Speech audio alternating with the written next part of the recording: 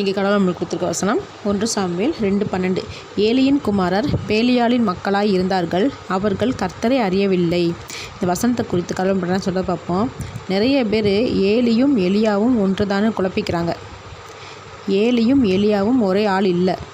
Eli Samuel காலத்தில் இருந்த ஆசாரியரும் நியாயாதிபதியும். இவருடைய மகன்கள் ஓப்னி, பினகாஸ்.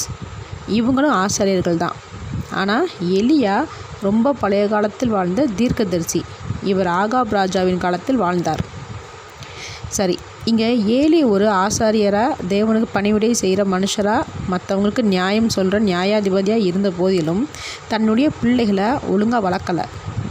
இவங்க தப்பு செய்யும்போது ஆரம்பத்திலே கண்டிக்காமல் கடைசி நேரத்தில் பிள்ளைகளை பார்த்து நீங்கள் செய்கிறது தப்புன்னு சொல்லும்போது பிள்ளைகள் ஏலியோட அறிவுரைகளை ஏற்றுக்காமல் தப்பு மேலே தப்பு செஞ்சு தேவனுடைய கோபத்துக்கு ஆளானாங்க.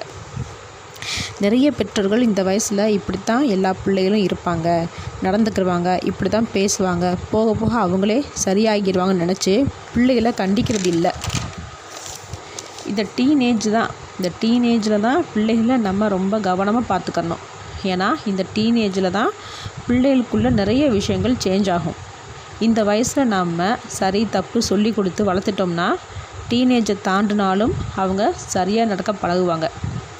இந்த டீனேஜில் வழி நடத்த தவறிட்டோம்னா அப்புறம் அவங்கள நல்ல வழிகளில் கொண்டு வர்றது கஷ்டம். இந்த வயசில் ஒவ்வொரு பெற்றோர்களும் கண்டிப்பாக பிள்ளைகளுக்கு சண்டே பைபிள் கிளாஸ் சேர்க்கணும். நம்ம சொல்லி கொடுக்க தவறினாலும் தேவனுடைய வார்த்தை அவங்கள அழகாக வழி நடத்தும். எத்தனையோ கிளாஸ் சேர்த்து விட்றோம் பிள்ளைகளுக்கு, நல்லது தான். அது எல்லாமே ஃபிசிக்கலாக மென்டலாக ஸ்ட்ராங்காக ஆகிறதுக்கு.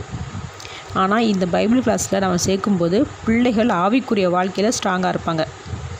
அப்போது தேவன் நம்மளோட பிள்ளைகளை ஆசீர்வதிக்கிறதுக்கு பெற்றோர்களுடைய வளர்ப்பும் கண்டிப்பும் அவசியமானது. அதுக்காக பிள்ளைகளை டார்ச்சர் பண்ணக்கூடாது. சில பெற்றோர்கள் கண்டிப்புன்ற பேரில் டார்ச்சர் பண்ணுவாங்க. தேவனுடைய வார்த்தைகளை எடுத்து சொல்லி பக்குவமாக பிள்ளைகளை நடத்தணும். ஆமேன்.